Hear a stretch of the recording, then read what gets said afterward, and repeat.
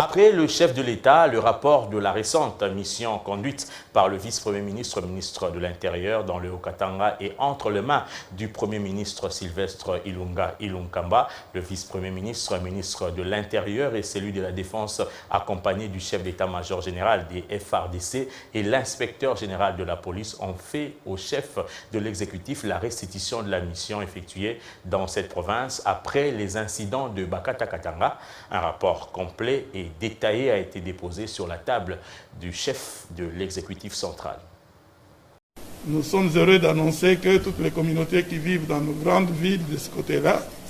vivent en harmonie et nous ont affirmé qu'il n'y a aucun relan aucune velléité d'affrontement communautaire de ce côté-là, sauf dans la tête de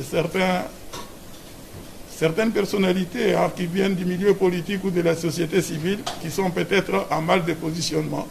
et qui tentent de manipuler la base dans un sens ou dans un autre. Vous aviez suivi que sur le plan pratique, nous avons rappelé en consultation ici à Kinshasa les commandants de la 22e région militaire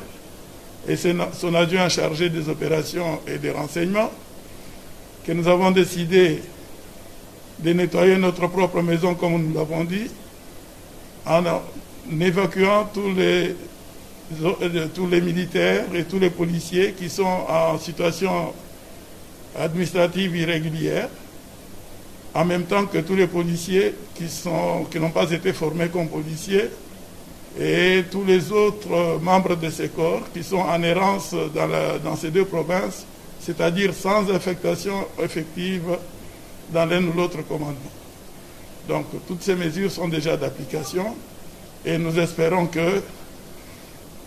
ce soit les phénomènes de criminalité ou les velléités que l'on dit de Bakata-Katanga, dans les prochaines semaines, nous pensons que ce sera de mauvais souvenirs.